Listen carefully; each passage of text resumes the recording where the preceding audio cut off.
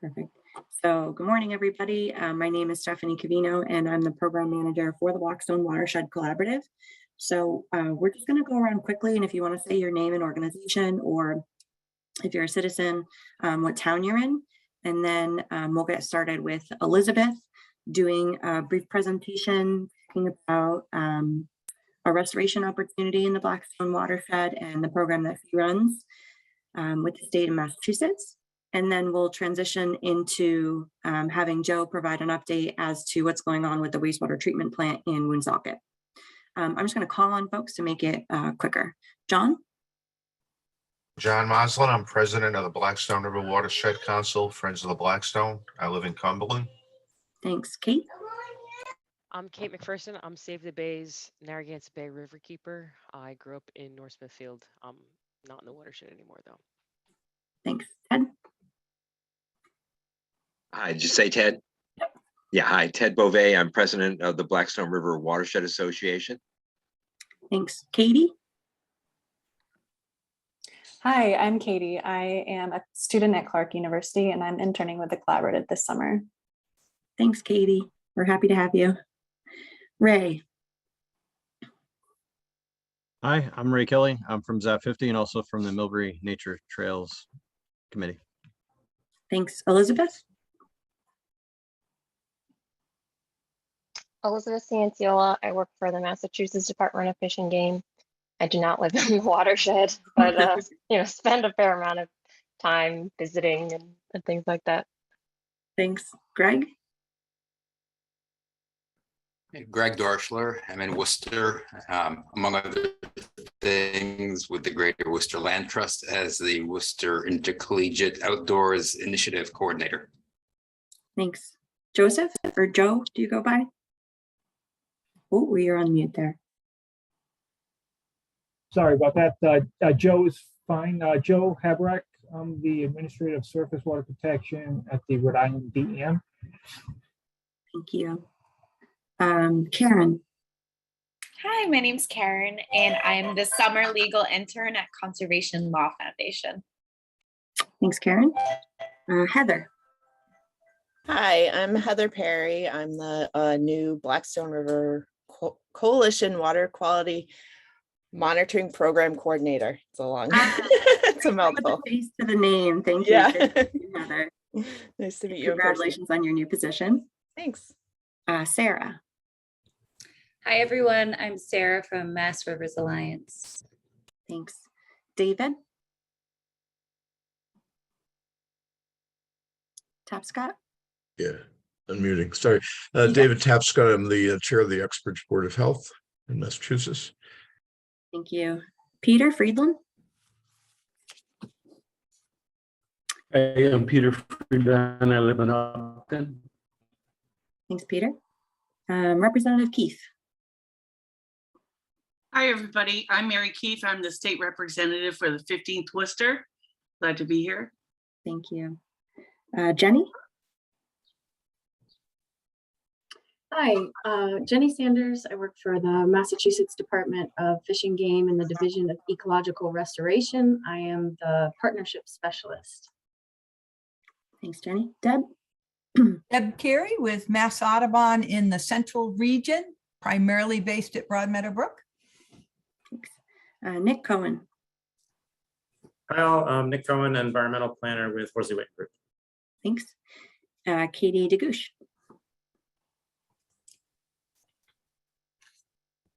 Hi, I'm Katie DeMarzio. I'm from Rhode Island DEM. Thank you. And Heidi? Hi, everyone. I'm Heidi Ritchie, Director of Policy and Advocacy at Mass Audubon. Phyllis?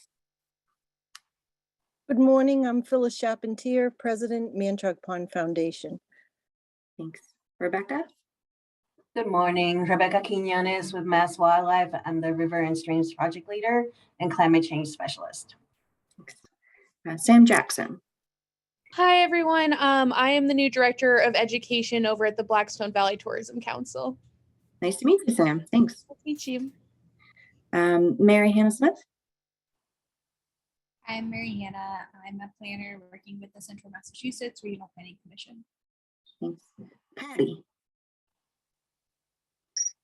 Patty McAlpine, Marketing Associate at Blackstone Valley Tourism Council, and now back in the Valley girl in Burrowville on the Welcome back. Clear River. Great. Peter Coffin. Peter Coffin, the coordinator for the Blackstone River Coalition and Blackstone Headwaters Coalition, and Concom in Mendon, Massachusetts. Thanks. Mark Nemorowski. Hi, everybody. I'm Mark Nemorowski. I work at RIDOT in the Environmental Division. Thank you. Arthur Plitt.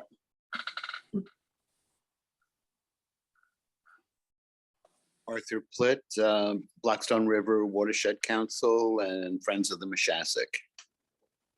Thanks, Arthur. Doug. Oh, Representative Patel. Sorry, Stephanie. Representative Donahue, sorry. I am Rep. Donahue's Chief of Staff. Rep. Donahue represents the 16th Worcester District. Thank you. I'm putting all these names in my head together here. I'm going to finish my coffee. Hillary.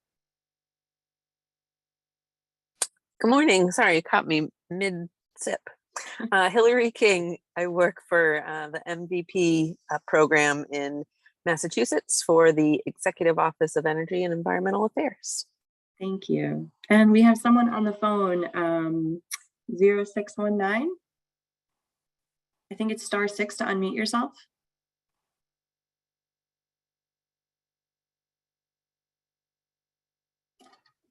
Okay, if you're able to unmute yourself, feel free to interrupt and introduce yourself. Did I miss anybody? No? Okay. Well, the thing that I should have done a second ago is to make Elizabeth my co-presenter here. Give me 1 second to do that. And then, all right, you should be good to go, Elizabeth. Thanks, Stephanie. So while I pull up my screen to share here, I fully realize that some of you may have heard about the IMUFI program before from other avenues, and some of you might not be all that interested because this is just a Massachusetts program at the moment. So, no offense taken if you turn off your camera or, if not everyone has questions to ask. Can you see the screen okay? Great. So as Stephanie said, my name is Elizabeth Sanciola. I'm the Aquatic Mitigation Specialist at Department of Fish and Game, and we oversee the IMUFI program in Massachusetts. Today, I'm going to talk about what an IMUFI program is, how the program in Massachusetts is structured, and how stakeholder groups can help with the implementation of the program. So under Section 404 of the Clean Water Act, that's where you'd get a permit for dredge or fill. The Army Corps of Engineers requires compensatory mitigation for impacts to aquatic resources. So what an IMUFI program does is it allows someone who's requesting a permit to make a monetary payment rather than conducting mitigation on their project site. And there are a couple of different conditions that govern the use of IMUFI payments. Payments are only allowed for impacts that remain after all measures have been taken to avoid and minimize the impacts of the project. Only the Corps can decide whether on-site or IMUFI mitigation is appropriate. And the IMUFI program sponsor, in this case, Department of Fish and Game, is then responsible for using those payments to pay for mitigation projects. So these projects take the form of resource preservation or restoration. There's also some different categories of restoration called enhancement or rehabilitation that would be eligible as well. So you don't need to understand this chart. I just put it up on the slide to make the point that in addition to the factors that I mentioned previously, in lieu fee mitigation is subject to multiplier ratios. And what this means is that the area that's improved by the projects that are funded with the in lieu fee money has to be greater than the area that was impacted by the permitted project. And those ratios are greater in cases where the type of project isn't creating as much improvement in the resources. For example, if you're only conserving the land, it's just maintaining the land in the condition that it's in now versus restoring the resources to a better condition. The Massachusetts in lieu fee program was established in 2014. As I mentioned, the Department of Fish and Game is the sponsor, and we operate the program across the Commonwealth, and the operations are organized into geographic service areas. And what this means is that any impacts that happen in one service area, that money can be pooled together and used to pay for a project that's within that same geographic area. So for the Blackstone River watershed, we'd be talking about the program's Quabbin Reservoir Worcester Plateau service area that's shown in this, kind of boring beige color in the center of the map. And just to give you a sense of where the fees come from, we did some analysis for the program's 5-year report and found that about 68% of the fees are coming from transportation or utility projects. And this is pretty typical for in lieu fee programs, because if you think about it, if you're working in a linear right-of-way, there aren't a lot of good opportunities to do resource mitigation within the project site. The goals of the in lieu fee program are outlined in a document called the program instrument. I'm just going to highlight a couple here. One is to permanently protect high quality aquatic resources, to restore degraded wetlands that are connected to high quality wetlands, and to restore riparian buffers in places that are subject to agriculture, and to restore habitat continuity in cold water streams.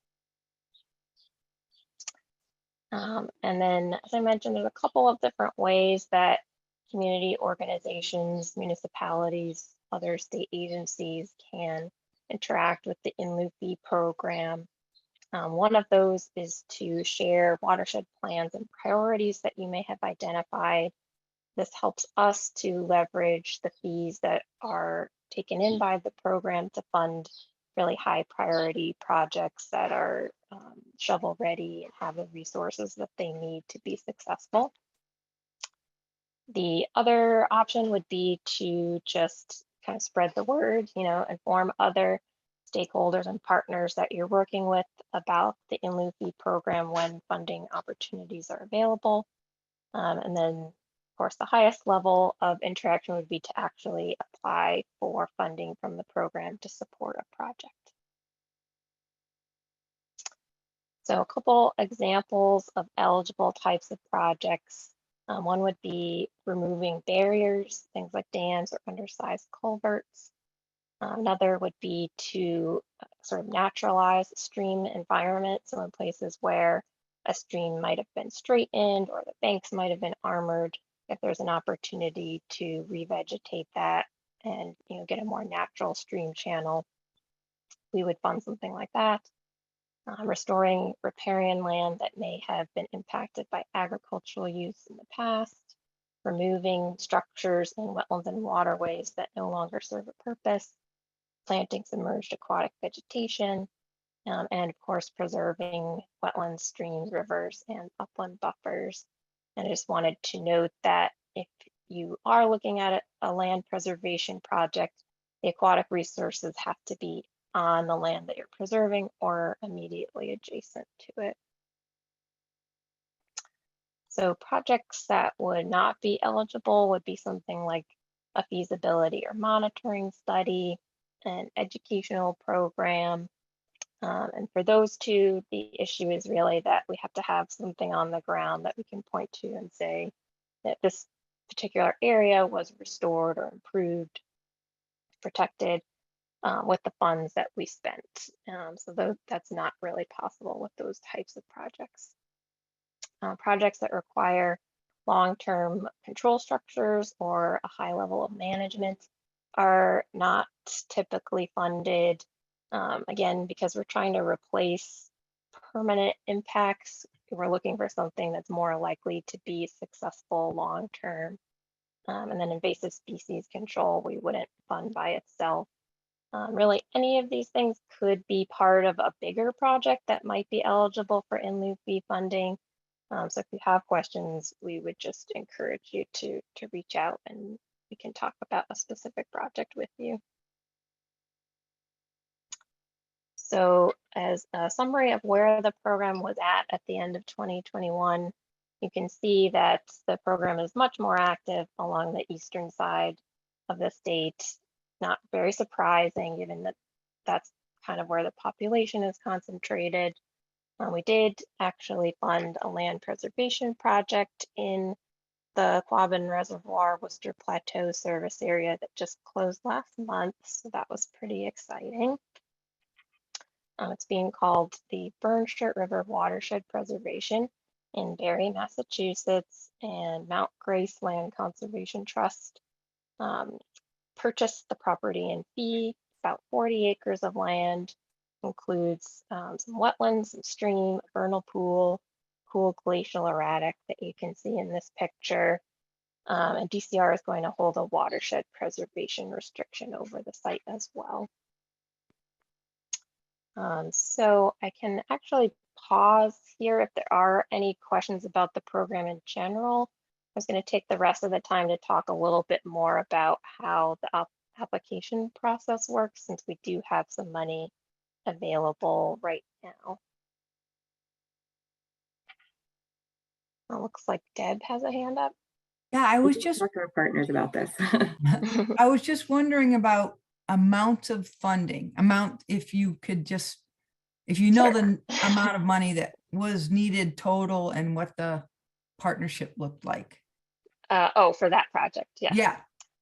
Yes, so I believe that project was around maybe $225,000.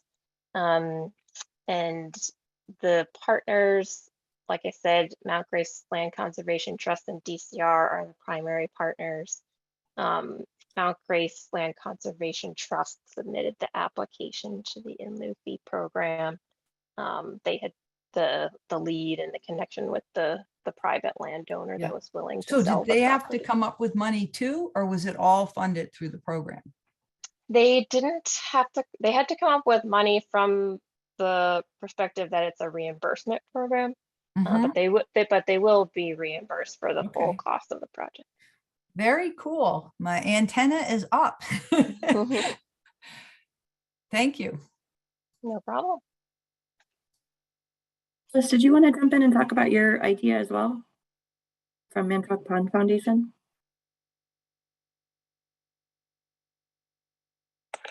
There we go. I have a couple projects. One is the restoration of a old trout stream, a cold water fishery. We had it surveyed back in 2019, and everything is there to get the trout back. And we have a certified fishery in the watershed that the wetland specialists thought we could bring females to. So the restoration of the cold water fishery, we also have a couple streams that need culverts. The road is being repaved, but the culvert is not being addressed. Okay. And there is a potential for land abutting our 100 acres to be preserved, it looks like. So I would reach out if there was a potential for funding, reach out to them about preserving it. So yes. Sure. Thank you. Great. Yes, I will make a note of those ideas. And if you don't remember to reach out to me, I will remember to reach out to you. I'll remember. Thank you. Anyone else before we do a little more detailed dive? Okay. Okay, so figured I'd start with the amount of money that's available, because if it's not enough for you, then you know to keep looking elsewhere. So what we have at the moment is about $200,000 for projects that improve wetlands, and $70,000 for projects that improve streams.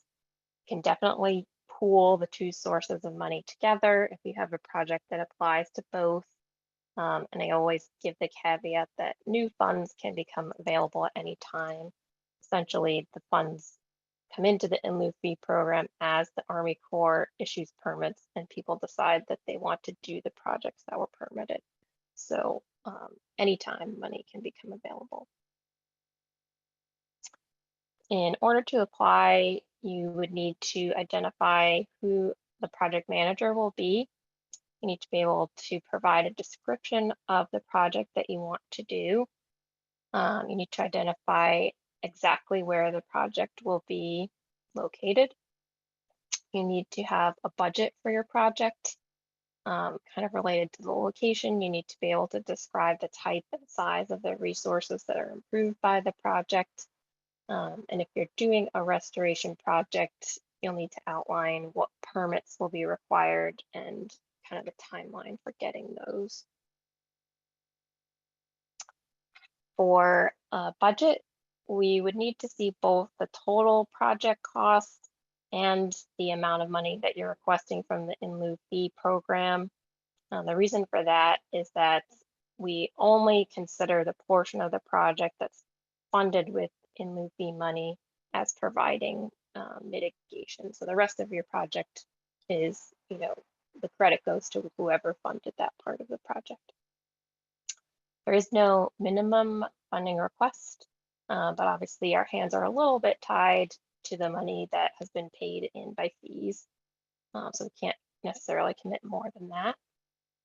There is no matching requirement, but the expenses that you request to be funded by the in lieu fee program should fall in these general categories of selecting and protecting the project sites, and then project design, implementation, or monitoring. And again, it can be a combination of those things too.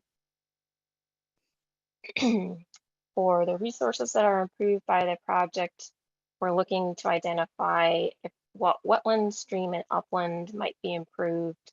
For wetland, you're going to want to describe that area in acres and characterize the vegetation community that's present or that would be present after the project is complete. For a stream, we're looking at how long is the stream, does your project include one or both banks of the stream, and if there's an impoundment, you can provide the size of the impoundment in acres. And then for buffer areas, again, we would look at the size in acres and whether it's forested or field. If you are proposing a restoration project, the idea would be that your project would result in high quality resources that are sustained over the long term. It's okay if you need to do your project in different phases to get to that point. And then as I noted, even the restoration sites should have some protection from future impacts or development.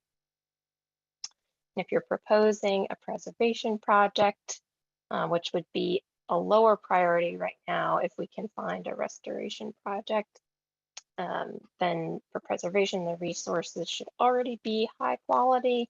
But if some of them are degraded, you could include a restoration component in your proposal to make those resources a little bit better than they are now.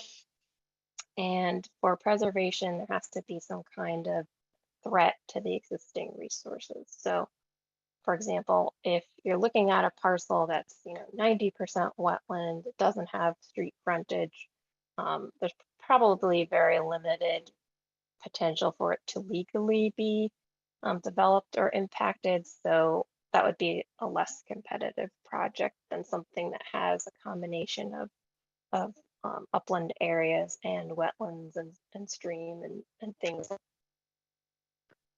in a subdivision or a solar farm or, use the land for forestry or something like that. So then projects that are funded by the in lieu fee program also have to meet a couple of requirements. First is a public notice, which would happen before an award is made. It's called a public notice, but it really serves the purpose of notifying other state agencies about your project. So the other state agencies can provide some feedback about any coordination that might be needed with their programs, kind of like a pre-filing consultation sort of situation. And then once projects are approved, all the sites need to provide documentation of site protection. It could be something like a conservation restriction. All the sites need to have a project plan. Again, you can include the cost of developing the project plan in your budget. And the plan will include 5 years of annual monitoring after the project is completed. If you are proposing a project that would establish new woody vegetation, you might stagger the 5 years over a longer period of time so that you have a better opportunity of observing that end ecological goal that you have in mind. And then all the projects will also have a long-term management plan for the project site. And for restoration projects, you would also produce a progress report during the construction period. And I think that's all that I have, but I did put up my contact information. The other person who can take questions about the program is the program administrator. Her name is Ashling O'Shea. We both work at DFG's Boston office, and we do have a website for the program. It shows some of the other projects that have been funded by the program, and has also a copy of the application form if anyone wanted to take a look at that. That's all I have. So if there are other questions, I can take them now.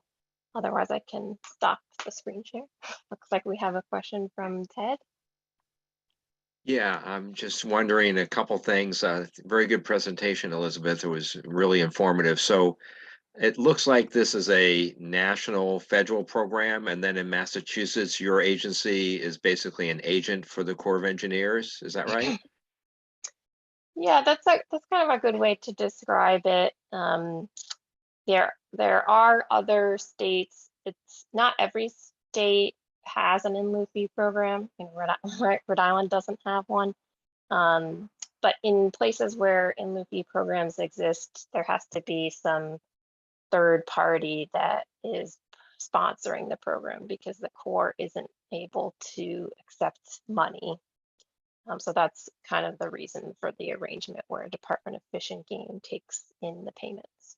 Okay, and then just another question. Massachusetts has a Chapter 61 program that provides for favorable property tax treatment for lands, farm, forest, recreation lands that are protected at least temporarily, with a provision that if it's going to be converted to development, that typically a town or a nonprofit acting with the town can come in and protect that property permanently. Has that ever worked with your program? I think we've run into some similar situations. I have had towns that use their right of first refusal to acquire lands that had been held in agriculture so that they couldn't be sold for development. So that has happened before.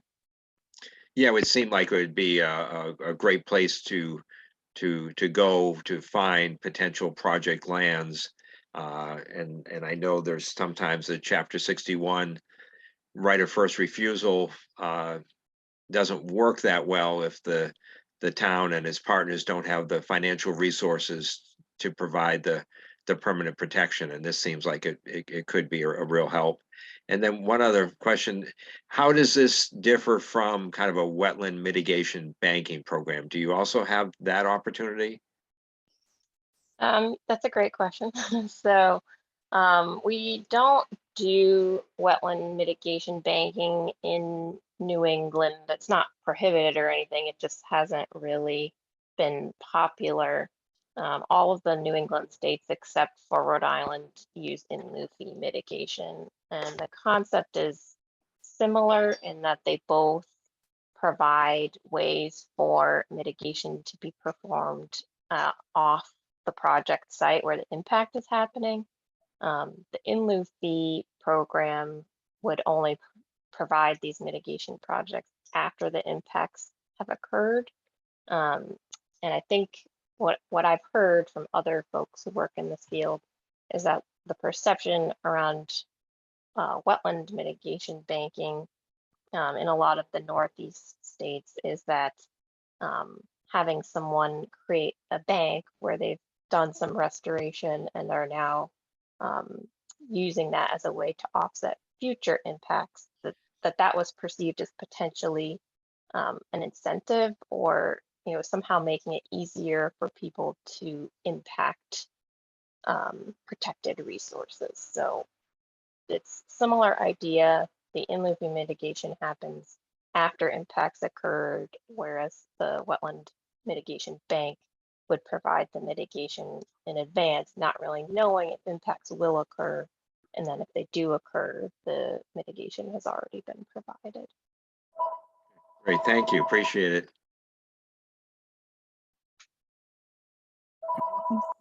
Does anyone else have any other questions for Elizabeth?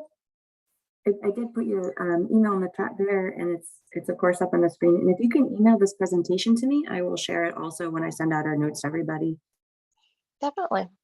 Thanks. Hi, Steph. This is Kate McPherson Hey. from Save the Bay. And I just wanted to make a quick comment because I worked in the freshwater wetlands permitting program in Rhode Island for a long time, 14 years. And I just wanted to, you mentioned a couple of times that Rhode Island doesn't have in lieu fee, and the rationale is sort of spot on when thinking about functions and values of wetlands and specific locations where they're located, specific watersheds, urban, rural. It's just seen as a wealthy developer can bank some wetlands somewhere else, or just throw money at the problem and get their project done where they want it done. In Rhode Island, the onus is on the applicant to avoid and minimize to the maximum extent. And if they can't, then theoretically the project gets denied. So without wetland mitigation banking, it's easier to deny projects. That being said, in 14 years at the department, I can't think of any project that was actually denied. So for better or worse. Yeah, that's good context. Thanks. Any other questions or thoughts? All right. Well, thanks so much, Elizabeth, and thank you for your ideas. I definitely want to have a meeting with you and Phyllis and think some more on that potential in the Mantua Pond area. And I know Deb Carey has her antenna up about maybe a protection project in Worcester. So that's awesome. So next on our agenda is I'm going to hand it over to Joe Habrick from RIDEM to talk about what's been going on with the Woonsocket wastewater treatment plant. And then hopefully we'll get some time for questions there. All right, thanks, Stephanie. Hopefully everyone can hear me okay. I actually do not have a presentation put together. I just actually noticed the agenda earlier this week. And one of the agenda items being the Woonsocket treatment plant. And I thought it might be helpful just to kind of give everyone a kind of a quick rundown of where we're at, and maybe open it up to any questions that people may have. Because I think there may be some confusion out there as to exactly what is going on. So just a little bit of a background on the current advisory that we issue for the Blackstone River. So that was in response to a notification we received June 5th from the Woonsocket wastewater treatment facility that they were having an upset condition at their treatment plant.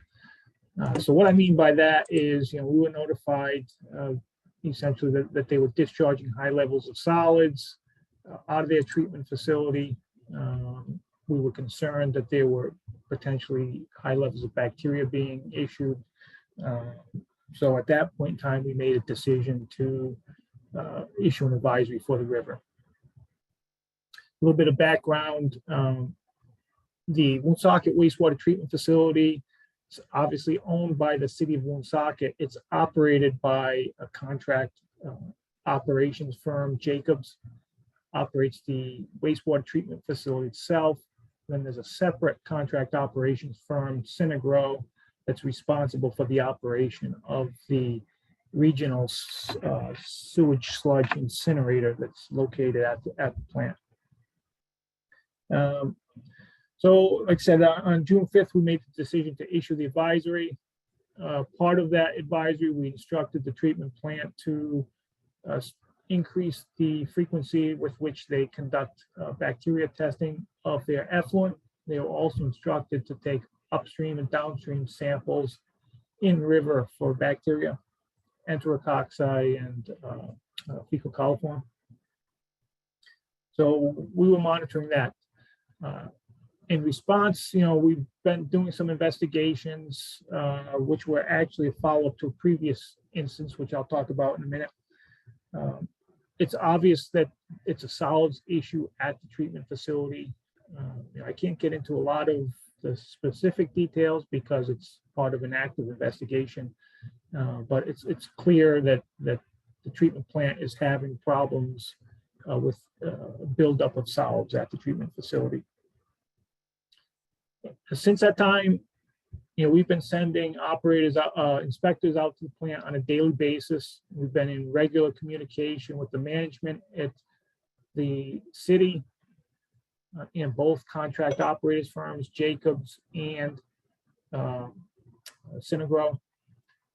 They brought in 2 additional filter presses to help address the solids issue. Those actually have been installed this week. The second one was just delivered from the Midwest yesterday. They completed, I actually just before this call got off a call with the city. They completed installation last night around 7, so that press will be going live. It's the expectation that once they, that those presses will help the city get the solids levels under control at the treatment facility.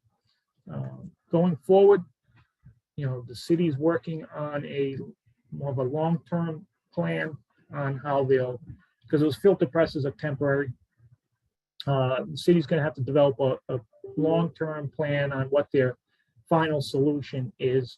So that's where we're at right now. We're currently evaluating the advisory. Frankly, we were hopeful that we would have been able to lift the advisory earlier this week. There was a delay in the delivery of those filter presses. Again, they were coming from the Midwest. Right now, in terms of effluent quality, the treatment plant effluent looks good. What we want to see, though, before we make the decision on lifting the advisory is not only that the effluent quality is good, but also that they've got a handle on the solids, because the last thing we want to do is lift an advisory and a day or 2 later have to enact another advisory. So that's where we're at on the current advisory. Again, the advisory that went into effect on June 5th. It's definitely a top priority for my office and the department as a whole. Like I said, we've been sending inspectors out on a daily basis. I've personally been having conversations with the management, multiple times a week. So it's something that we're definitely top priority for us. I do want to just clarify this. This was actually the second instance of an advisory. There was a similar situation back in March. So that was March 23rd through the 25th. Again, it was a very similar situation, excess solids. At the time, they had instituted some temporary measures inside, oh, well, I'm sorry, some corrective measures in terms of operation maintenance in the treatment facility, and felt that they had gotten the solids levels under control at that time. So we were able to lift it on March 25th. And between March 25th and June 5th, they actually were meeting all, permit limits. The one point of confusion that may be out there is in some of our advisories, we had mentioned two previous letters of non-compliance that we had issued. One was back in November of 2021, so November of last year. And there was a second one in March 14th of this year. There's some confusion that people thought that there was a third instance of upset from the treatment plant back in November. That's not the case. That November non-compliance letter had to do with some effluent violations, which are definitely not,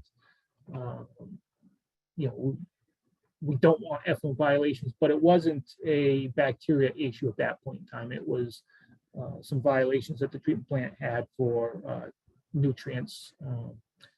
So, just want to clarify that, because there was some misconception that there were three instances of closure of advisories for the river. This is actually the second one. So like I said, I just wanted to give that quick update. We're evaluating it on a daily basis. We had hoped to be in a position to be able to lift the advisory earlier this week, but there was a delay in getting the solids processing equipment. Now we just want to make sure before we lift an advisory that the treatment plant does have it under control. So I'll open it up to maybe questions that people may have. Again, it is an active investigation, so I can't give you all of the, all the specific details, but I can answer what I can. I think I saw David, I think, raised his hand. Yeah, you may have addressed this already, but I just would wonder, as maybe many of us are, in terms of why this happened. Is there any? I know it's probably not your role, but it seems to me if letters of compliance go back to November and that there are issues, and is there any looking into on the part of this company that runs it into why this happened in terms of their organization, their culture, their monitoring, their budget, all those different levels? Are you aware of that? Yeah. I mean, again, I can't get into specific details. What I can say is it's a solids issue at the plant. There are some contractual issues. Because like I said, mentioned, there's Jacobs that runs the wastewater treatment facility. And then there's this separate, operator, Synagro, that runs the sludge incineration plant. There are some contractual issues there. Everyone's we know it's a solids issue now. We're working to address it. One of the challenges in bringing the plant back into compliance, which certainly it's something that we've made very clear that they have to overcome, is this larger issue of solids treatment capacity regionally.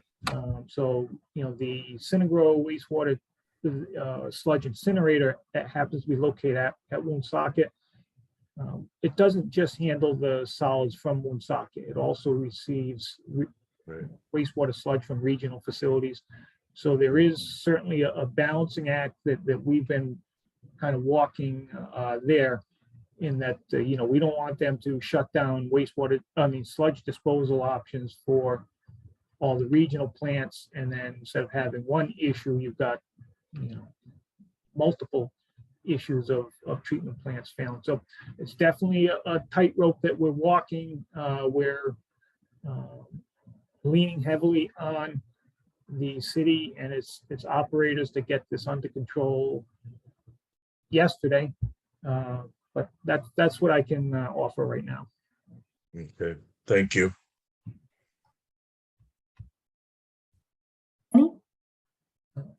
Hi, this is Patty. With the Tourism Council. Hi, Joe.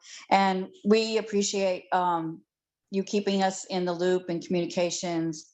As we, and Sam will attest to this, we run, our education programs started back up and adjusted our programs for the, because of the advisory.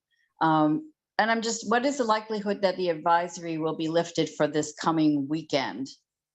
Like I said, we're evaluating it. I literally had a call just before I got on here. Frankly, I was hopeful that we'd be able to lift it prior to this call, and I'd be able to give you all good news right now. At this point, all I could say is we're working with them, and as soon as we feel comfortable that not only is the treatment plant meeting water quality requirements, but also that it's not going to reoccur, a day or two later, we would lift that advisory. And I'll definitely keep you in the loop. I know, Patty, I got your email. As soon as we can lift it, I'll let you know.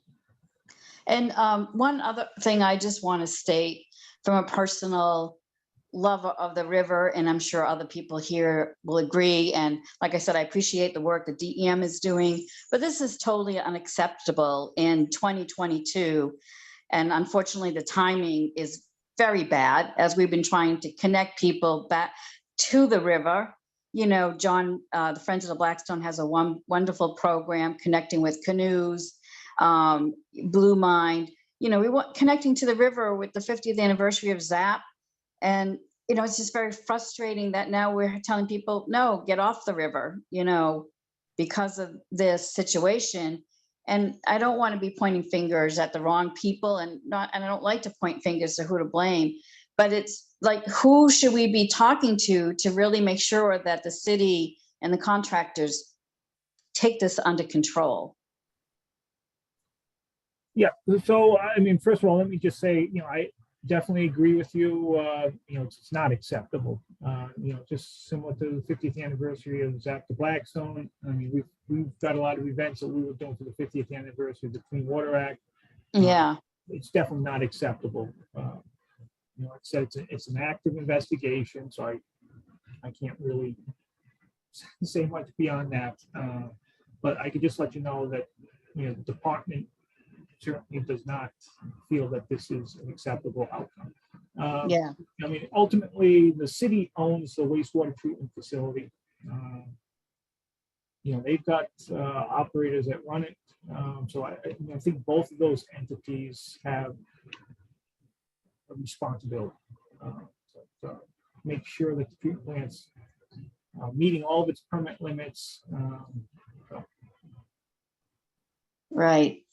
Again, thank you for keeping us on the loop. And, John, I just want to say to you, that was the article in the Valley Breeze. That your message was in that article. I think that was great that Ethan talked to you. So I think, and Stephanie, I'm glad you put this on the agenda today because it's an important issue. So I just want to say thanks to everybody that's, been working with this. And I just noticed a question from Diana Figueroa from Pawtucket. And if it's regarding our Explorer River Classroom programs, Joe, we talked, our boat does not have direct contact with the river.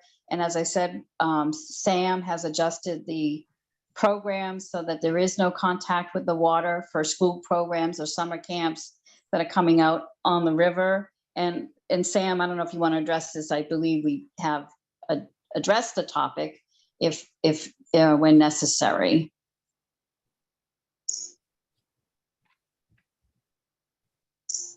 Yeah, we did adjust everything. So the kids have no contact with the water. It hasn't really been an issue for us so far. So that's been good. I do see, I'm just looking at my screen, so it's no particular order. I do see Jenny Sanders has her hand up.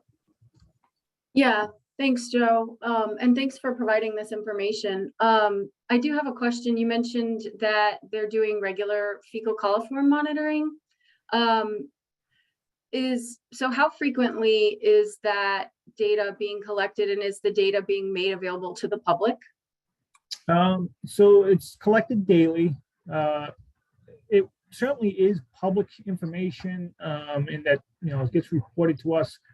Frankly, right now, it's been kind of reported through a kind of informal email process because their actual report, their monthly report isn't due until the 15th of the following month, so the 15th of July. But we do have that information available. Like I said, the treatment plant itself, the performance has improved. They have been actually meeting limits. It's just the concern right now is to make sure that, okay, you're meeting limits and you have control of the solids in the treatment plant. Because I think everyone will agree that the last thing that we want is we lift the advisory, say today at 2 o'clock, and then I get a call tomorrow morning at 11 a.m. and we have to do an advisory because frankly, it's, I think Patty had mentioned, the timing was terrible. It absolutely was. I mean, any advisory is terrible, but when it was March, the river is not as heavily used. So there's, you see, while the real world impacts aren't as high, but when it happens that Sunday, is my understanding there was some events that were, right in the middle of some events that were taking place, and it's a challenge. You can't just get people off the water. So that gets to my question. If any of these groups here wanted to access the data and utilize their scientific, their in-house scientific skill and make some determinations, could they reach out to you directly and get pretty recent data because you're getting that informally? Could they make a records request directly to you and get very timely or recent data? Is that how that process would work? Yeah, they can reach out to me, and if I don't provide it, I'll put it through our, we've got an Office of Customer and Technical Assistance that can provide that. Okay, thanks so much. You're welcome. I do see Heidi Ritchie. I'm actually going to call on John because he was raising his hand like this. Okay. And then I'll go to Heidi. Thanks. I'm trying to figure out how to raise my hand. I only see clapping and thumbs up. So, thanks, Joe, for the info. But we're still planning on doing this water chestnut pull on Saturday. And if it gets how do we? It's getting so close to the date. It's going to cost us some funds to pull this off with liability insurance that we have to prepay and everything. So, when should we pull the trigger on that? Or so, John, this is next Saturday, correct? Yes. Yeah, I mean, I of course I hesitate to say this because you say these things and then they don't come to fruition and you kind of hung out there, but I feel very confident that by then we'd be able to lift the advisory. Again, all I can say is we're really evaluating it on a continuous basis, and as soon as we can lift it, we will, and we'll let everyone know. it's going to be hard to just do it on like a 2-day turnaround or a 3-day turnaround, or it'd be nice to say someone would see it a week from now and be able to show up at the poll like 2 days before. They might not want to even show up because it's so close to the advisory being removed, even though we know it's been 10 days that it's been flowing. Okay, Yeah. but the general public doesn't really know that. They take it from the date of the advisory. Sure. Yeah, so I don't know. We got to make decisions, Katie. Katie DeGosh is on the call, and that's who we're working with to do this poll. Yeah, Katie actually sits 15 feet away from me, so I keep her in the loop. Great. Okay. Thank you. Yeah, and John, we are on standby too with a pontoon boat. And Bob said you were going to send him something regarding insurance or something. No, I'm just going to go with the ACA insurance that we use for our canoe trips. So it will cost. Okay. All right. It'll so cost $10. We'll have to pay $10 per volunteer to get coverage, but it'll be worth it. Yeah. If we can do it. Heidi, you want to jump in?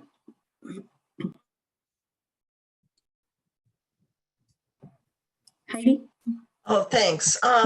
Yeah, so I hope, Joe, can you help me understand better what you mean by they're having issues with solids management? I mean, I've toured the Upper Blackstone facility. I think I kind of understand how wastewater treatment plants work, and I don't understand what's going on here. If they're taking solids from outside above the capacity of the system to actually process that, isn't there some way where you can just tell them to stop like dumping so much of that into the system that can't process it? I don't understand what's broken here. Yeah, so and again, I'm not gonna get into the very nitty gritty details, but I'll speak in general terms on how this system works. So basically, the regional incinerator, the Synagro incinerator, like I mentioned, they accept sewage, sludge, biosolids from multiple facilities. And maybe if I take a step back, collectively in the region, typically, some of you, you just have to bear with me. I'm sure you know this, and Heidi, you may very well know this if you've toured wastewater treatment facilities. But generally, what treatment plants do is they take sewage from their collection system into their headworks. They remove solids. Solids material comes out. The organic material gets broken down by bacteria, which then generates additional solids, and they kind of need to remove those solids to produce that clear effluent. That solids then needs to be processed further. So generically, there's kind of two ways to handle it. Some of the facilities produce a cake, which they bring in what's called a filter press. They make a nice dry cake. When it's dry, it's only 25% solids, it's 75% liquids. But for the layman, if they were to look at it, it would look like soy, if you will. It's pretty dry. It's a solid cake. Other facilities send out a liquid sludge. That needs to go out for processing. Some of them, the option that they have is land applying it. So they can stabilize it so that it's no longer hazardous to people. Land apply it is a fertilizer, essentially. They can incinerate it, and or they can landfill it. This regional incinerator in Woonsocket, it takes both dry cake and wet sludge from these regional treatment plants, and there is a capacity limit. They can only accept X number of tons per day. They have not exceeded that. What the problem is there's some connections between the incinerator and the wastewater treatment facility that, based on initial analysis, looks like that's not as efficient as removing those solids as it should be. So that's what we're currently working on. Now, as far as why do we not just say, hey, Synagro, stop accepting any outside sludge? Well, the reality is, if they were to do that, their customers just don't have outlets. So now that's what I was kind of saying. Instead of having one problem at Woonsocket, you'll have a problem at 15 treatment plants, anywhere from North Attleboro to South Kingstown wastewater treatment plant. So yeah, we're walking that fine line. We're telling them, look, prioritize Woonsocket to the extent that you can, but you can't just shut off everyone else, because then the reality is there won't be alternatives for those other treatment plants.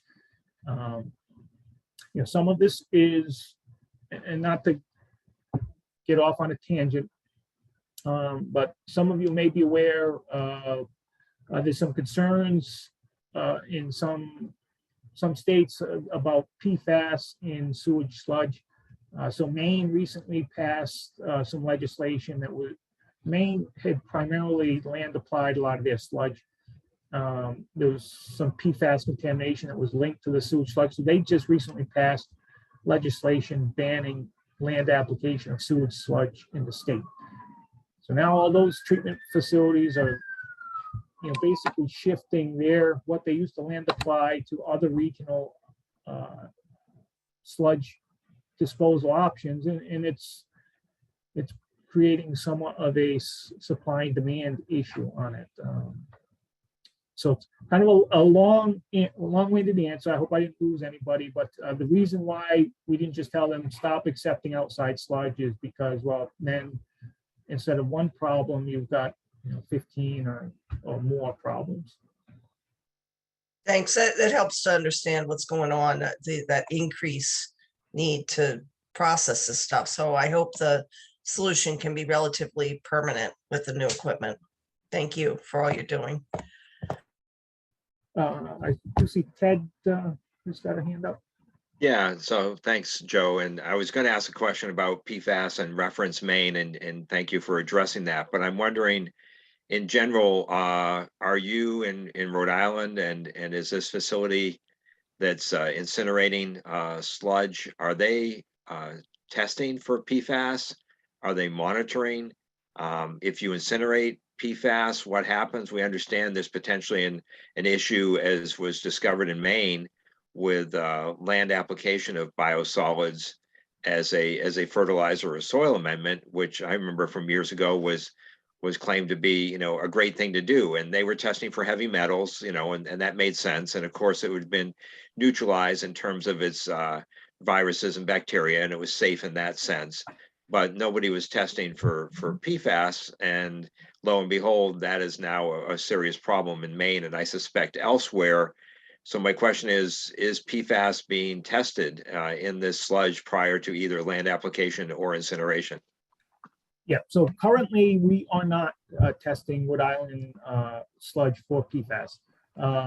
The good news is there's some legislation that's in the State House now regarding PFAS and monitoring requirements.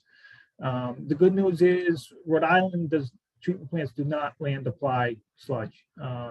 There's one treatment plant that sends a very small portion for biosolids application. It's the Bristol wastewater treatment facility sends a portion, but so generally, we're not in the same boat as Maine, in that Rhode Island treatment plants don't land apply their sludge.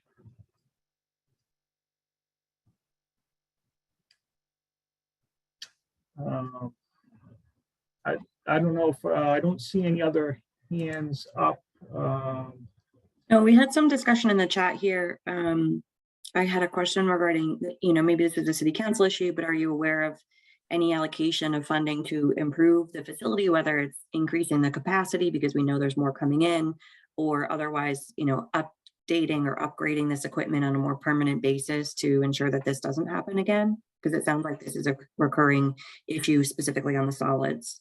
Yeah, so, that's really a question that would be better directed to the city. I can just tell you, in the conversations I've had, it does seem that they are committed to addressing this issue, not only short-term, fixing the immediate problem, but also long-term, the whole kind of concept that they rely on the incinerator for their solids disposal. So, again, that would be better directed towards the city. But my understanding is that, yes, they are looking at, they definitely don't want to be in this situation. I'll be quite frank with everyone. The city, they're not happy with this either. They, in no way are they pleased that this is going on. So.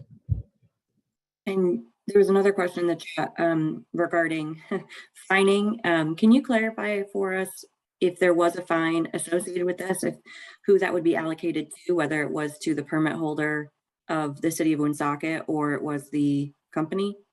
Yeah, so that would be really our legal department would determine who's ultimately assessed the penalty. And at this point in time, all I can really say is that it's both of these actions, the March event and this latest event, are active, ongoing, investigations and appropriate action will be taken. Thanks. And the last comment in the chat here that I just wanted to highlight, which is entirely true, and we are working on a letter that I can share with you regarding, our collective response to this, that this is really an environmental justice issue as well, and the communities that are affected are some of our lowest income and most vulnerable, and that's definitely an important point to raise, talking about Central Falls, Woonsocket, Pawtucket, et cetera. Kate, I'll hand it over to you.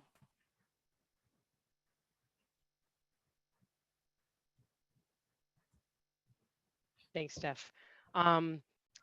So then just to clarify, Joe,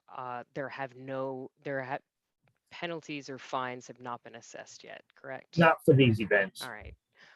One comment you mentioned earlier, the November issue was not a bacterial issue, but it still was an exceedance of nutrients. And so bacteria might be of great importance to folks that recreate in the river, but phosphorus and nitrogen are also like really big impairments.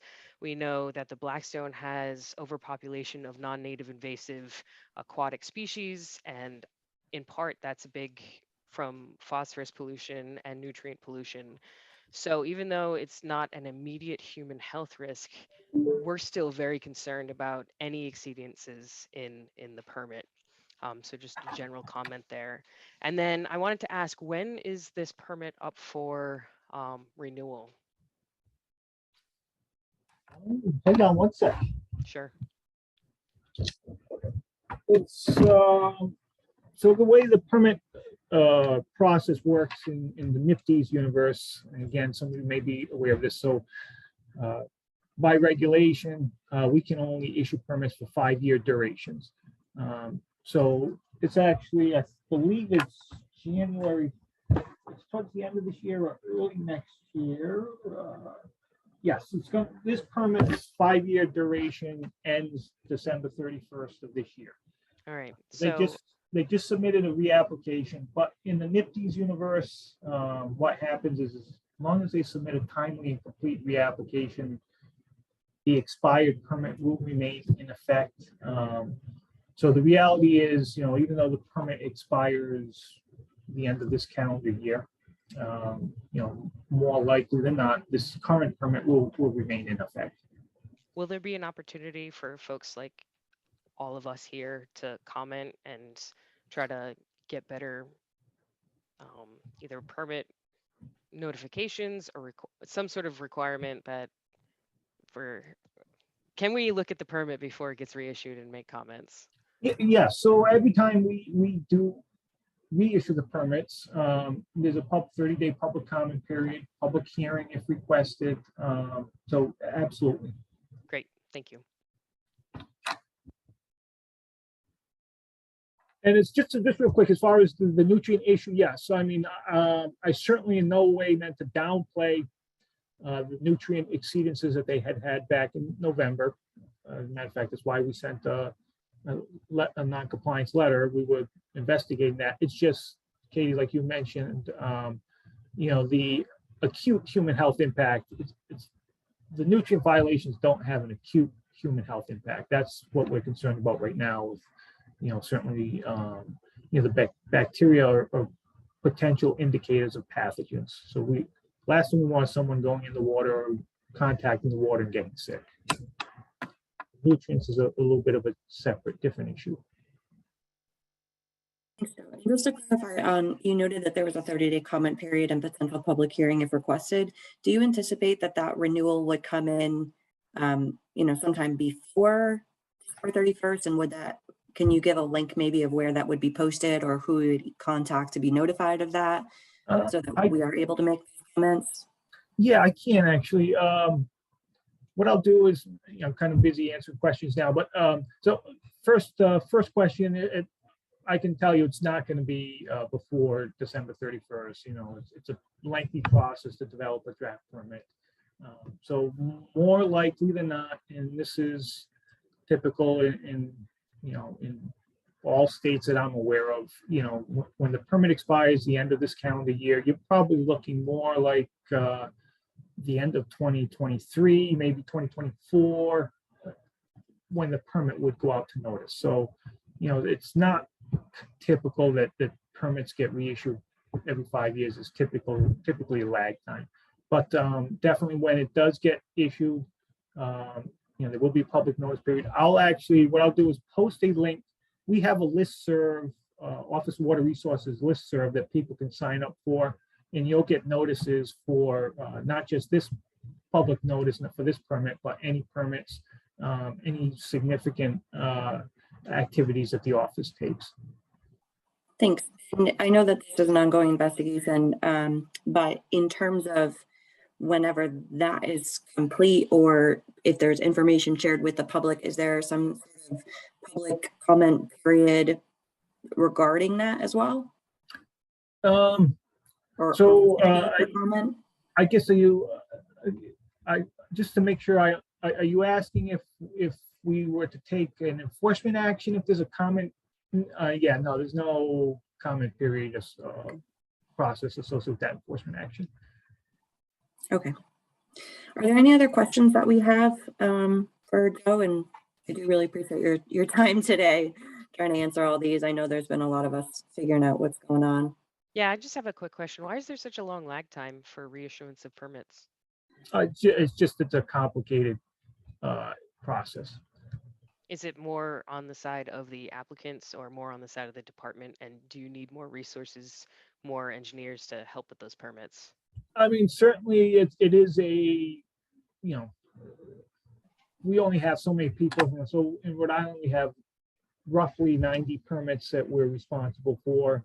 These are outside of the stormwater permitting process. So these are 90, wastewater treatment facilities, industrial facilities, groundwater treatment projects.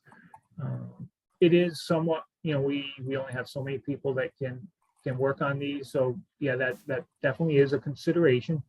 And that's probably, realistically, that's probably why they don't move sooner. But even then, it just takes time. You do these studies.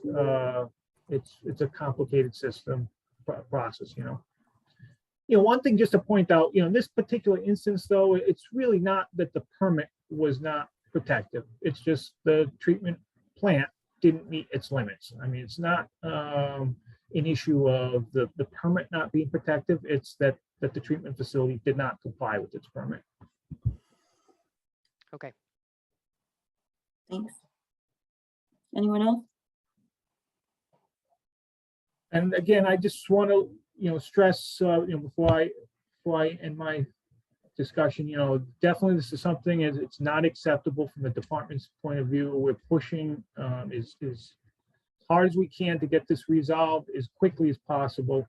And, we will definitely notify everyone as soon as we can lift the advisory. I was just looking, I've been getting emails popping up actually while on my call with regards to the facility. So I'm not going to be able to stick around, but what I will do is I'll post a link to that listserv in the comment section. So everyone that's interested can sign up for that, and they will be notified.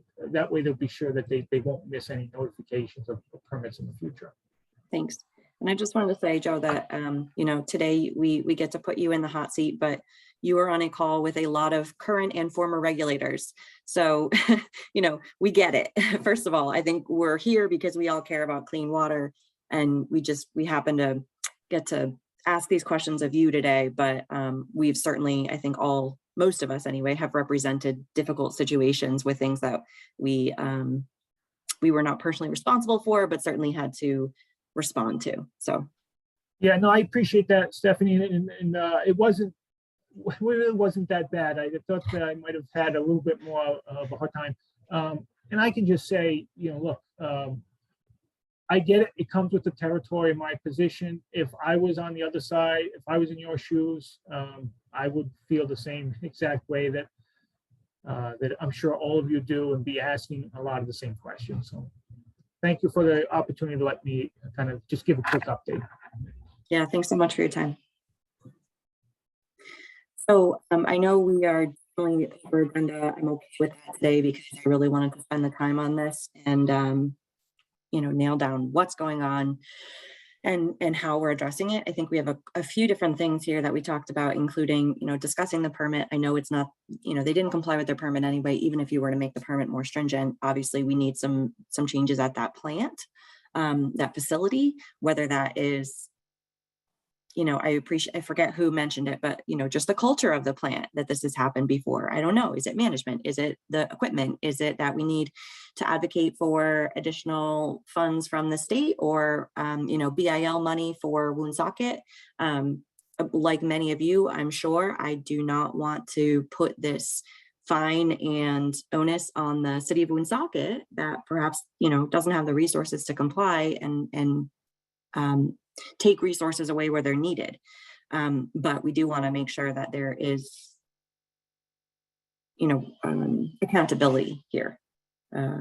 So I talked with a few of our partners here and we started drafting a letter to, I think the right person to send it to is DEM, and to say, you know, collectively, as all of our different organizations, you know, we're aware of this, we're concerned about it.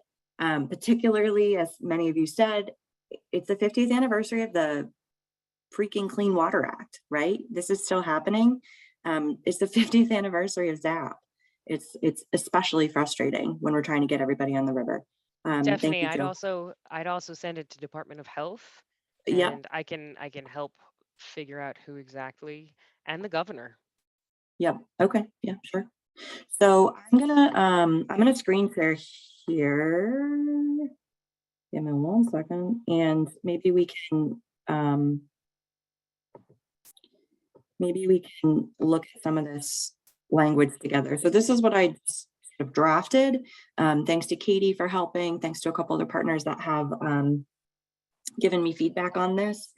I won't, you know, feel free to interrupt me, but I'll just read it for 1 second. Beginning on June 5th, approximately, I meant to ask this.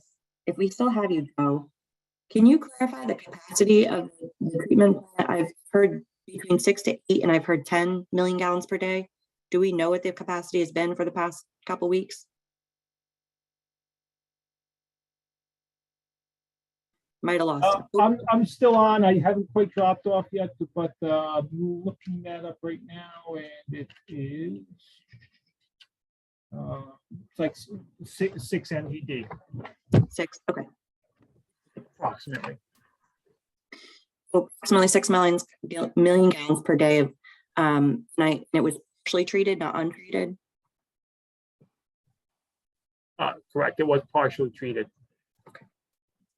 Thank you. I want to get my facts here.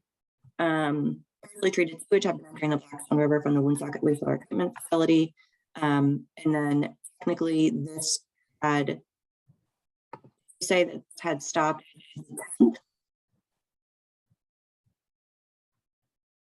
I'm sorry, Stephanie, are you asking me or? Yeah, sorry, I just want to get my drop off. So I mean, and I will drop off after this because I feel it's, you know, probably not my position. Correct. Yes, sorry, I just want to get the facts here. A letter to me, but you know, I would just say that even though they may be meeting permit limits now, you know, they still have issues with solids. So I would consider that the solids issue is still yet to be, you know, they don't have a final solution for that yet. And with that, I'm going to drop off so that you guys. Thank you so much. Thank you, everyone. All right, I won't put Joe in a difficult situation anymore. Stephanie, I wonder if you can also include in 22, in addition to the Clean Water Act, celebrating the ZAP as well in that letter. I don't know if it's necessary or if it will add anything to the letter, but this is Patty. I'm just wondering if it will, you know, I mean, was an important effort that occurred in 1972 with the health of the Blackstone River. Yeah, but I agree. Clean Water Act is probably more important, but yeah. Yep. So I'm just going to go back for 1 second. So as of June 17th, we'll continue with this date. The situation is still not rectified. We find this completely unacceptable. In 2022, yes, we are celebrating I'll put that first, maybe that, I just didn't know how to make it smooth. The 50th anniversary of the Blackstone, and I won't explain it perhaps, as well as the 50th anniversary of the passage of the Water Act, which has been the emphasis of substantial water quality throughout the nation, including the Blackstone, advocates of for decades, hardest working river in America, most polluted river in America, and make it an asset as a recreational opportunity for the 39 communities in this watershed. However, these types of unpermitted discharges threaten the improvements that have been made and impair water quality, local habitat, and potentially severe human health impacts. It is especially disconcerting that this impact is affecting some of our most vulnerable residents that may be least aware of the situation or its health challenges. Allison. I just wanted to mention that you might consider adding in a little bit more to maybe keep the Zap the Blackstone to the bottom and say, you know, as a collective, we are anticipating, you know, 10,000, 50,000 people on the Blackstone as this ginormous event that we have, you know, been planning for a year. Like, I mean, we are expecting how many people to be on the Blackstone River as part of that event. It's not, like, the environmental justice should be a huge piece of it, but that we are inviting thousands of people to join us on the Blackstone all summer long. Right. Is a really important piece that the governor would like to know, that when we go to News Channel 12 to broadcast our event, that we may not be able to have people on the Blackstone if this does not get resolved.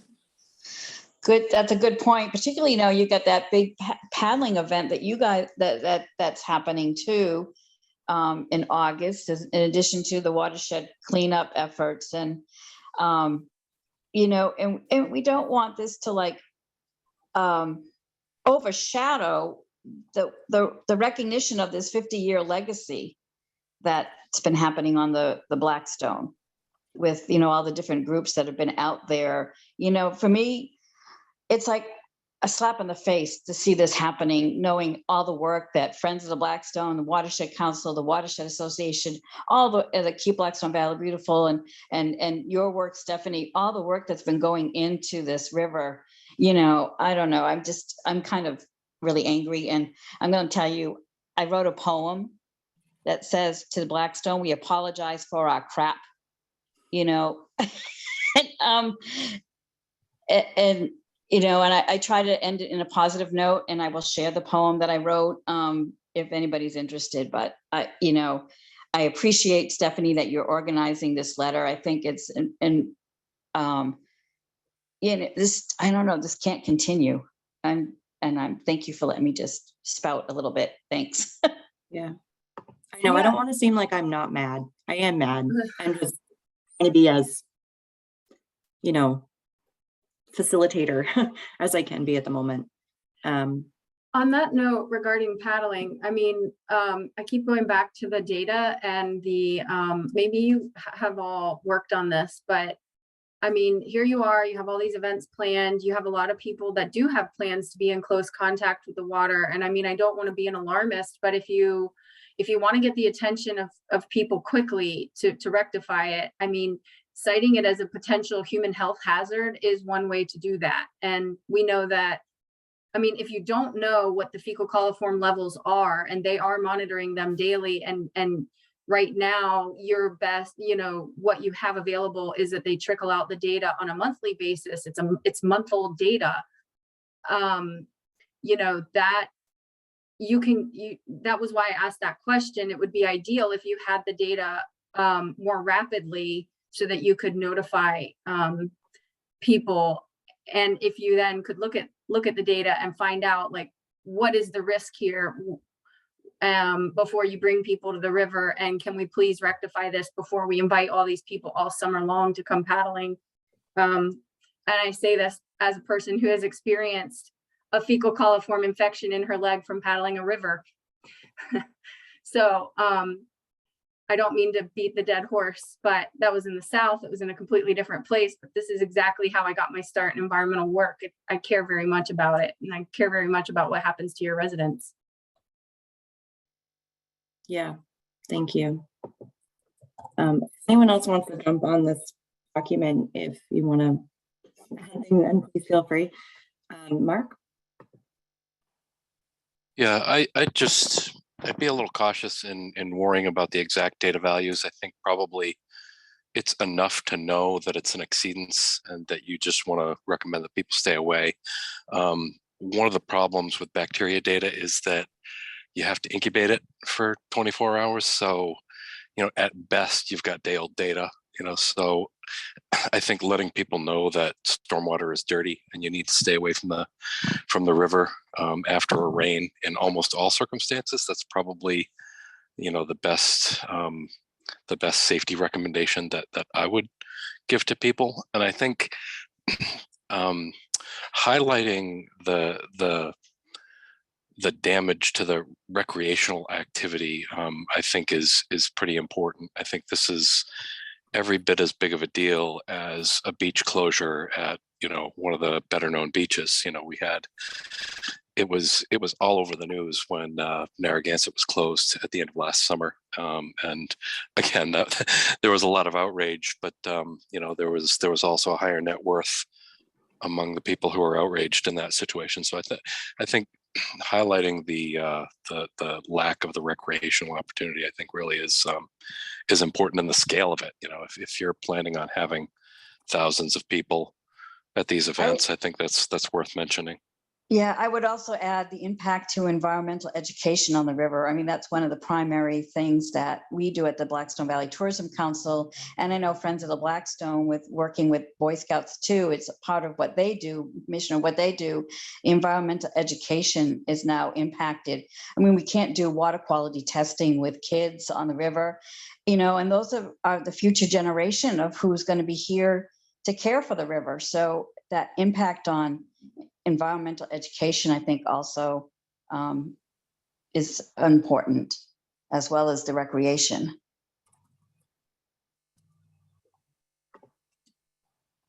Something that Mark just said really resonated with me about the net worth of the affected folks and how much news media coverage they got.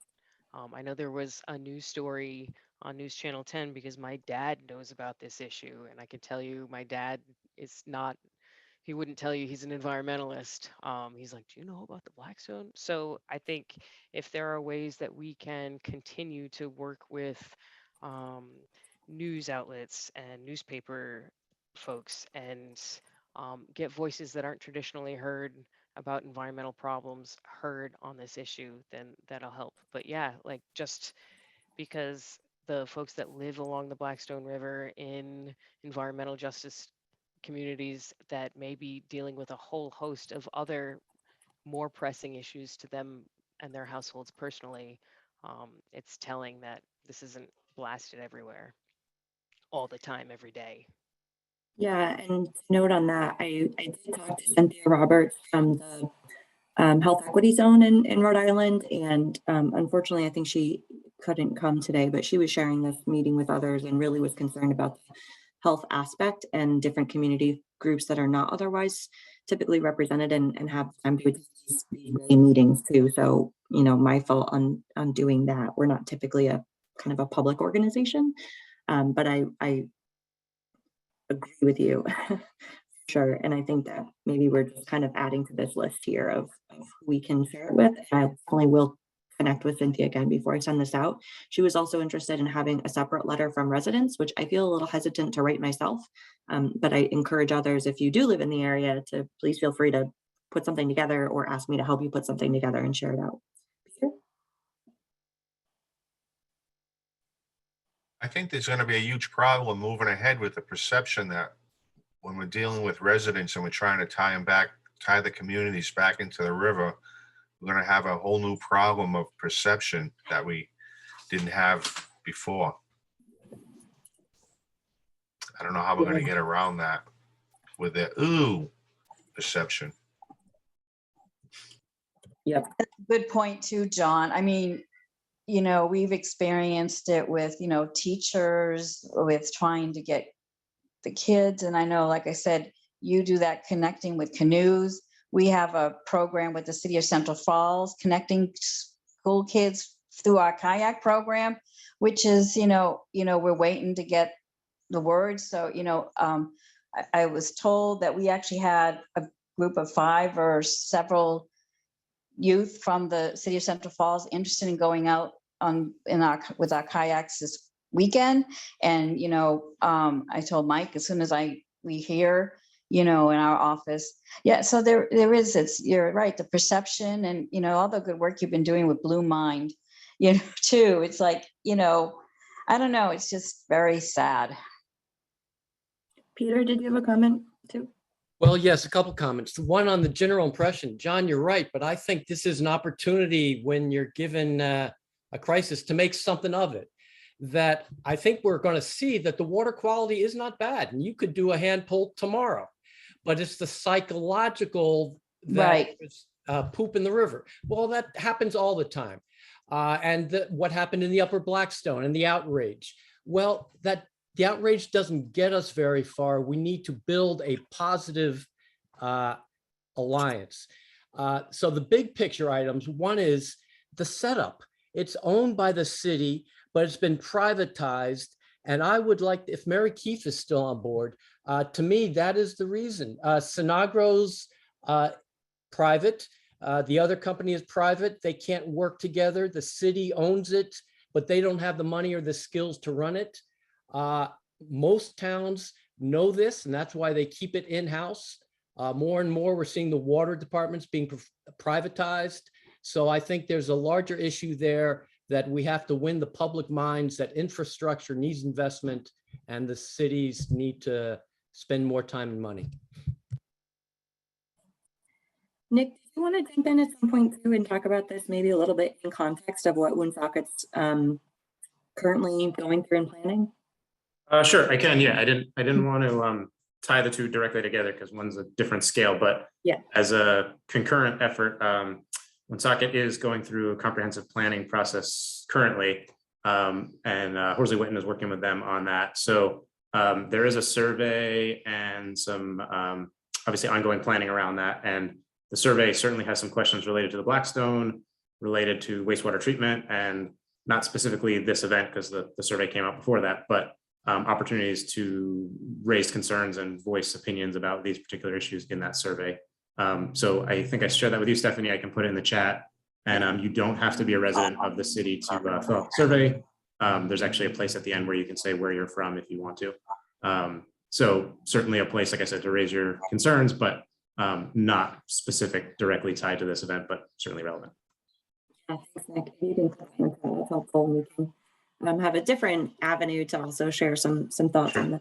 Yep. Mary, do you also want to speak up? Are you calling me, Stephanie? Yeah, I just didn't know if you wanted to talk. Yeah, no, I appreciate it being drawn into this conversation. But just to clarify, Woonsocket is Rhode Island and I'm in Massachusetts. I think it would be really good to have some people like myself, elected officials that are passionate about this, that are from our neighbor state. In particular, we might want to look to see who chairs the environmental committee of the legislature. Yeah, I just think that more people like me, like I get mad here in Worcester because we do the same thing on Lake Quinsigamond and we do it again and again. And it's very downplayed and it's not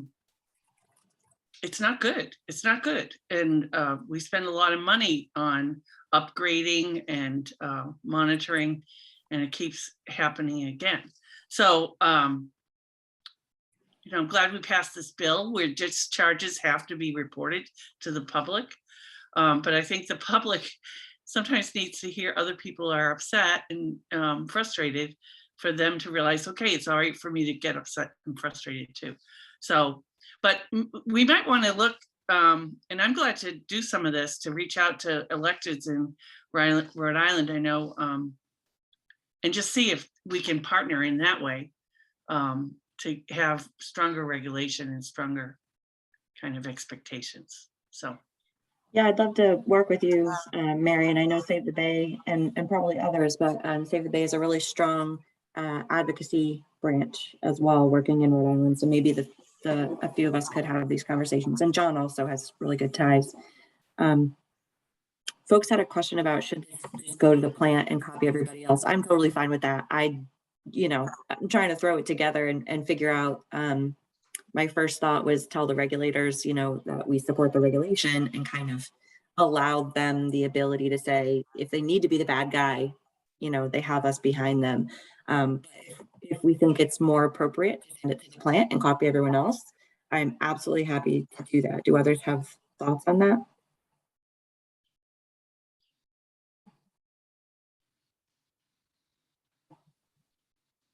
This is Kate from Save the Bay, and yeah, we're definitely happy to help with any advocacy that we can. Like this is definitely what we do and what we've been working on. I can share that about 4 years ago, maybe 3.5 years ago, we met with representatives of a different wastewater treatment plant, and they were discussing we brought it up, notification of CSO discharges specifically. So when it rains and when stormwater mixes with wastewater in archaic city systems, a lot of times you'll get a discharge directly into the bay or into the river. And there's a sign that I can tell you, before I joined Save the Bay, I did not know what the sign meant. It said CSO and then a number. I had no idea what CSO stood for. So if me, a water advocate, doesn't know what that meant, then random person who wants to go fishing or waiting because it's hot certainly doesn't know what that means. So we discussed notification at that time, but I think like notification of any time a wastewater treatment plant needs to notify DEM for any reason, anybody else who's interested should also get that notification, because there's certainly a delay in DEM sending out developing a press release and then sending it out, and then having it reach the right people, where days will go by. And I think part of our advocacy is to, maintain, like, all the schools should be notified if they're within, I don't know, a mile of the river or something. We could figure out what makes sense. But if it's not a opt-in push notification, I think having a clear list that either the wastewater treatment operators need to notify or DEM needs to notify, however that would work, will go a long way in getting the message out and getting the message out to people who normally don't get those messages. So happy to help. Kate, I think that's a great point too, that in the environmental justice lingo, they refer to that as meaningful public outreach, right? So, if you put a message in the newspaper, certainly you can say, yes, I did my public outreach, but, in order for it to pass the laugh test, they should be contacting at minimum community organizations, environmental organizations, and that sort of thing. So yeah, I think that putting the meaningful into the public outreach, I think would be a valuable piece as well. Absolutely. So if we're modifying this letter to be to Jacobs, maybe it's Jacobs, what was it, Synneco? Whatever it is, Baltimore company that deals with the solids.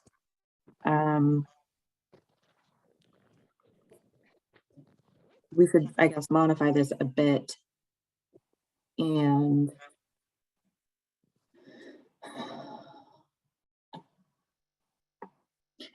I agree with Kate to say that this is the third time it's been in non-compliance, because it's true, it's been in non-compliance, whether that was for nutrients or for bacteria. And we can clarify that I will add this part in. If folks, you have access to this, or if you want to say real quick, I'm going to put in the chat real quick the specific events that have been canceled or affected by this, we can include those. I can put some information about our future events that we're going to be having that might be affected. And I think maybe instead of having everyone copied on this, what I was hoping is that we would have everyone sign it.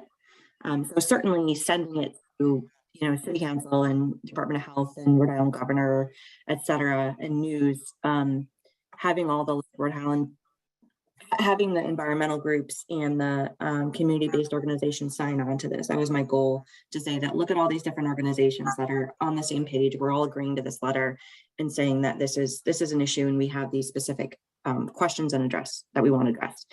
And so getting to that specific of what do we want, I'm going to kind of throw out the rest of our agenda for the collab. Sorry, everybody.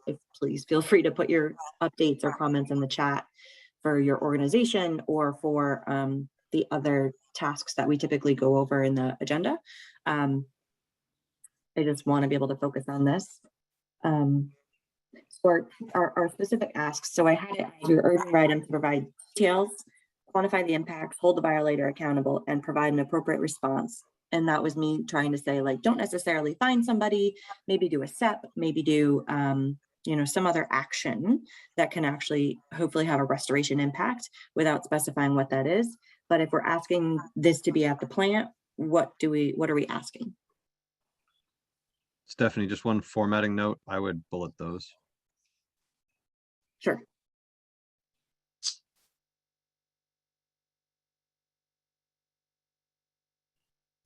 In addition to the letter, Stephanie, I wonder, I put in the chat if it would be good for as many folks, and Ray, this is probably going to impact your steering committee meeting on Monday, but if the city council is meeting on Monday, do you think it would be good for some of us to be at that city council meeting, you know, and hopefully we'd have an opportunity to speak as well?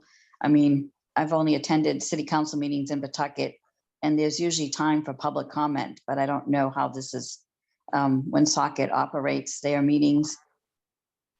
And so I just wondered what your thought was on that. Sometimes you can only get on the speak if you're on the agenda ahead of time. Yeah. The topic is on the agenda. It is here. It's number 11 on the agenda, so I don't know when it'll actually be heard, but if you're speaking on an agenda item, you can speak. When you're going to be able to speak, I don't know. Yeah.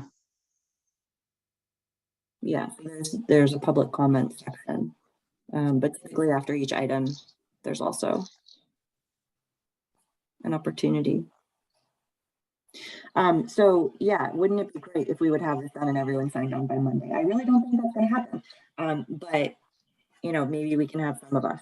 So again, I'm going to bug you guys and ask, what are we changing this to? Because we're not urging RIDEM anymore, right? We're asking the plant, unless we want to keep it as RIDEM.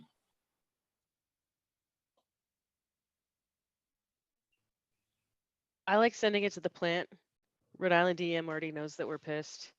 But instead of sending it to Joe, I'd send it to the DM director. I'd send it to whichever entity is appropriate at Department of Health. And I'd send it to the governor. Yeah. Like, just go big. I agree. Go big. CC lots of folks. So we can CC everybody, but if we don't have a letter, we can't send it. So what does the letter say? Mm-hmm. What are the things that we are asking? We are urging Jacobs Company to, and well, it's more with the other company since whatever, yeah, because they're the ones that process the solid waste.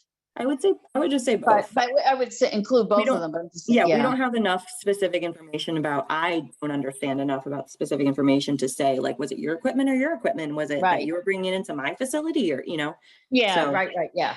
But I don't know, what do you Provide say to specific them? details, quantify the impacts. We're not saying to hold the account accountable anymore because they're the violators. So are we just saying, you know, provide an appropriate response, you know, improve public communication, meaningful public engagement and communication? Yeah. I don't mean to be, I can't use the word I want to use, but do we truly feel that a letter to the company is actually going to gain us anything?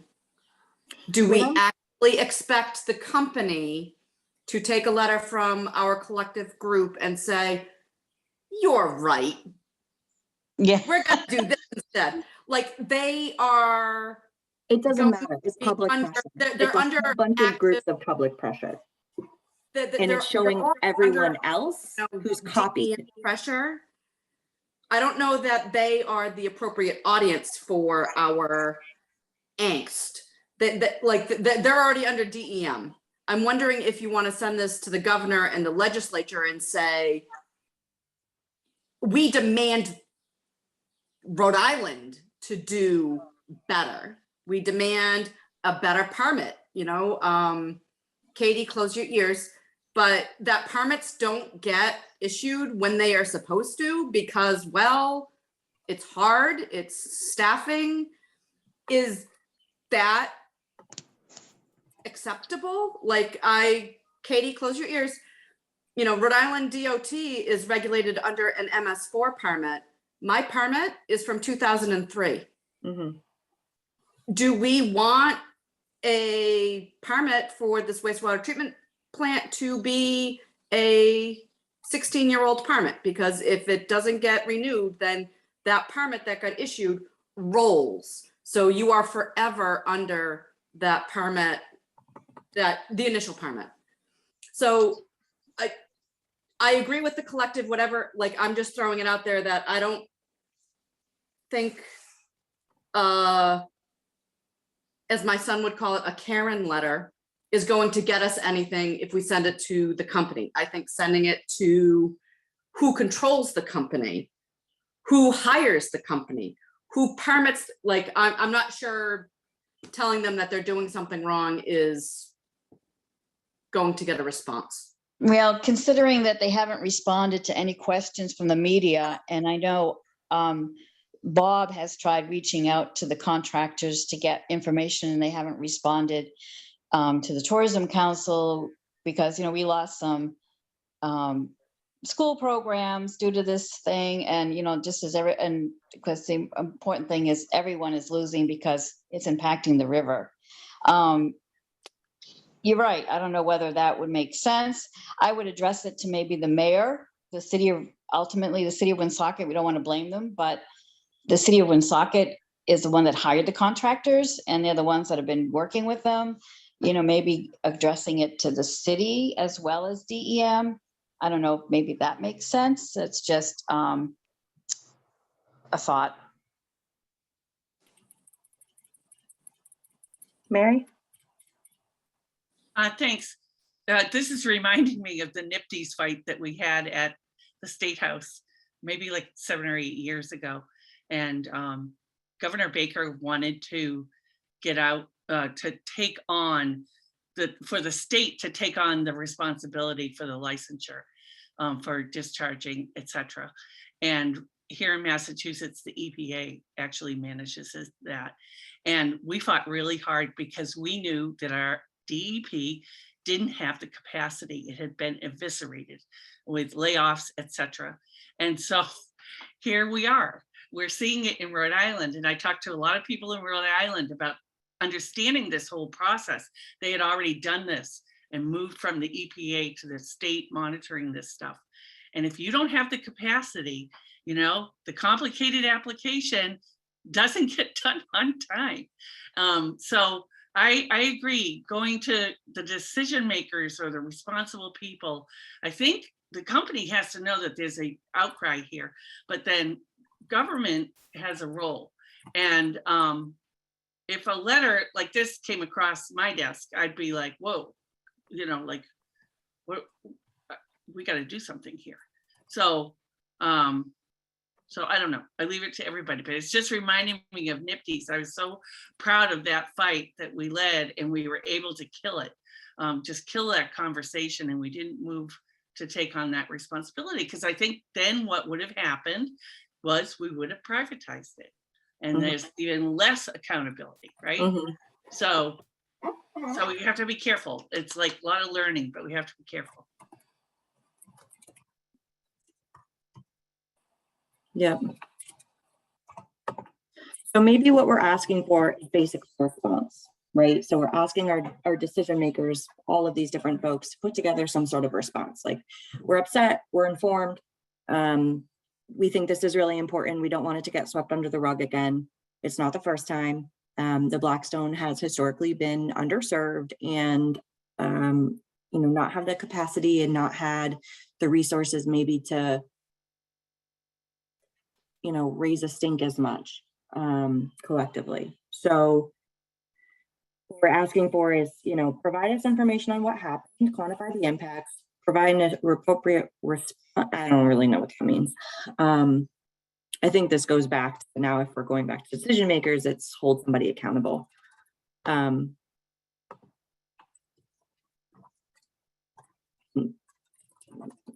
SEP or otherwise. Detail the facilities plan to correct the situation, provide some sort of meaningful response, right? Provide a response of how future public engagement and communications regarding discharges will be meaningful, transparent, and timely. And some sort of like response as to the timeliness of permitting facilities, or let us know how we can be a part of that process maybe.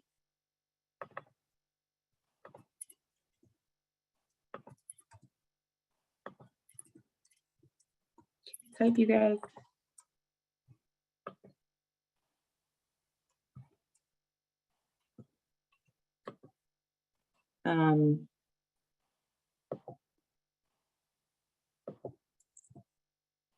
They might not know what that means, Stephanie. You can maybe put in parentheses, it takes 1 to 2 years past the expiration to get the permit renewed.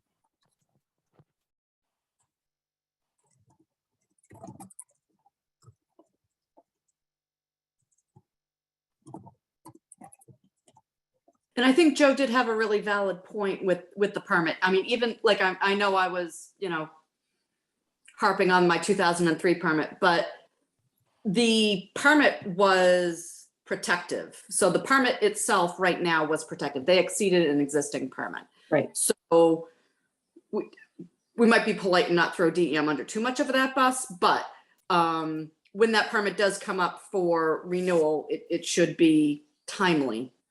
And perhaps even more restrictive. It certainly should address the solid waste issue. Agency under the bus. It certainly should address the solid waste issue specifically in a more proactive way. But you don't want, to your point, you don't want the permit to be considered for another 2 years when there's obviously an issue and maybe they don't get the permit, right? Theoretically, I doubt that's likely to happen, but they should at least have a threat to not get the permit and have to take action every 5 years. How do we If they don't address get a this? permit, what happens? Do you just tell people to stop using the toilet? Yeah, that's the thing. How do we address this last question? Is it something that is not a bullet that we're asking for specifically, but instead we instead we have sort of like maybe a paragraph about like it's our responsibility as local leaders, etc. Blah, blah, language, provide clean water to everyone, and also to provide this, right? Come on, mouse.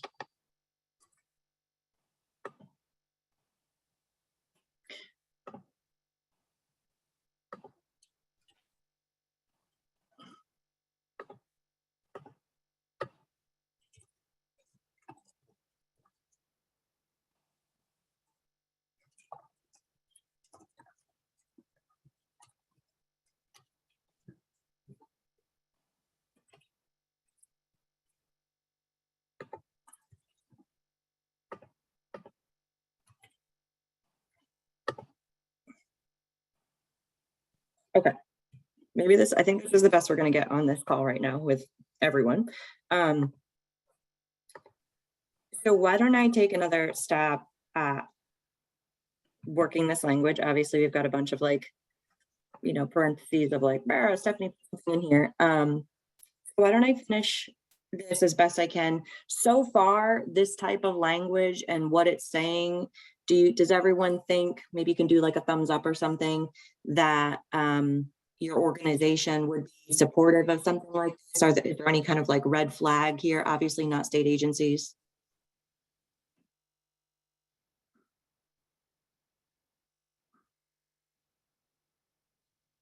Okay, so I'm gonna call that a yes for now. I will work on this and I will send it out to everyone on our list. And what I'm really not sure the best strategic way to have people sign this. Maybe to just send me an email. So what I was anticipating is having one letter and lots of signatures instead of lots of letters on different letterheads. So does everyone feel comfortable with that? Can I put it on the collab letterhead and then have everyone sign it as like I'm a participating organization? Maybe you can just email me and say, yes, please include this name and title.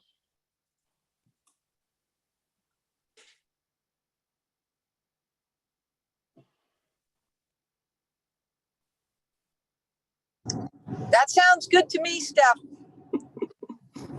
Thank you, Deb.